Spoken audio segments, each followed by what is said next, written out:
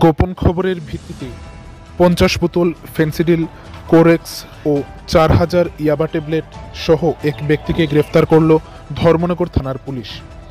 ৯ ফেব্রুয়ারি রবিবার দুপুর আনুমানিক ৩:৩০ নাগাদ এই বিষয় সম্পর্কে বিস্তারিতভাবে বললেন মহকুমা পুলিশ আধিকারিক বি জরিন পুইয়া। ঘটনার বিবরণে জানা যায়, ধর্মনগর থানার কাছে গোপন খবরের ভিত্তিতে খবর ছিল যে আনন্দবাজার নাকা পয়েন্ট সংলগ্ন এলাকায় TR05F0382 নম্বরের একটি গাড়িতে করে এক ব্যক্তি ফেন্সিডিল ও ইয়াবা ট্যাবলেট নিয়ে যাচ্ছে।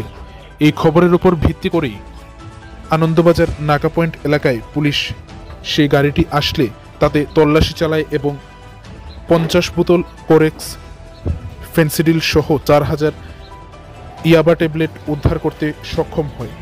সেই সাথে হেলাল মিয়া নামের এক ব্যক্তিকেও গ্রেফতার করে পুলিশ। জানা যায় ওই ব্যক্তির বাড়ি সাকাইবাড়ির ৩ নং ওয়ার্ড এলাকায়। Today, Dharmanagar PS received secret information that there was some drugs contraband being transported. So, Dharmanagar PS, they have set up on Naka, Nandabazar Naka. They have stopped the vehicle. Based on this, we have seen that we have seized 50 fentanyl bottles and 4,000 Yaba tablets.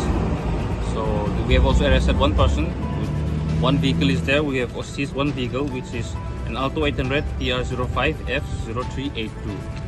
So, and NDPS case will be registered and investigation will be started to determine where it is coming from and to whom will it be transported. His name is Helal Mia, 28 years old.